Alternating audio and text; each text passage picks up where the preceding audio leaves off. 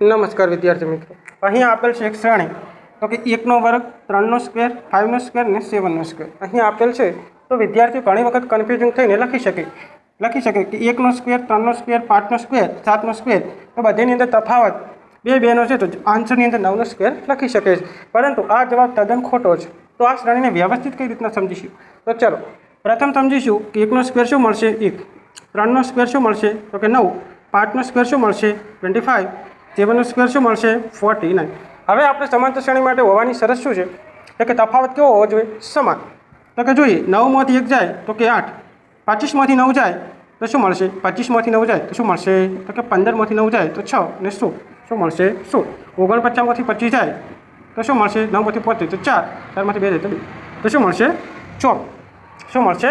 24. તો તમે સમજી શકો છો કે ઓની અંદર તફાવત સમાન મળતો નથી.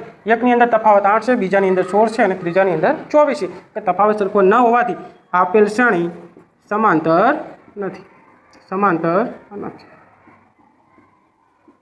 તમે પણ વિદ્યાર્થી મિત્રો આવી ભૂલ કરતા નહીં. આ રીતના દાખલો સરળતાથી ગણજો. વિદ્યાર્થી મિત્રો, જો અમારો વિડીયો સારો લાગતો હોય તો વિડીયોને શેર કરો અને આ ચેનલને સબસ્ક્રાઈબ કરો.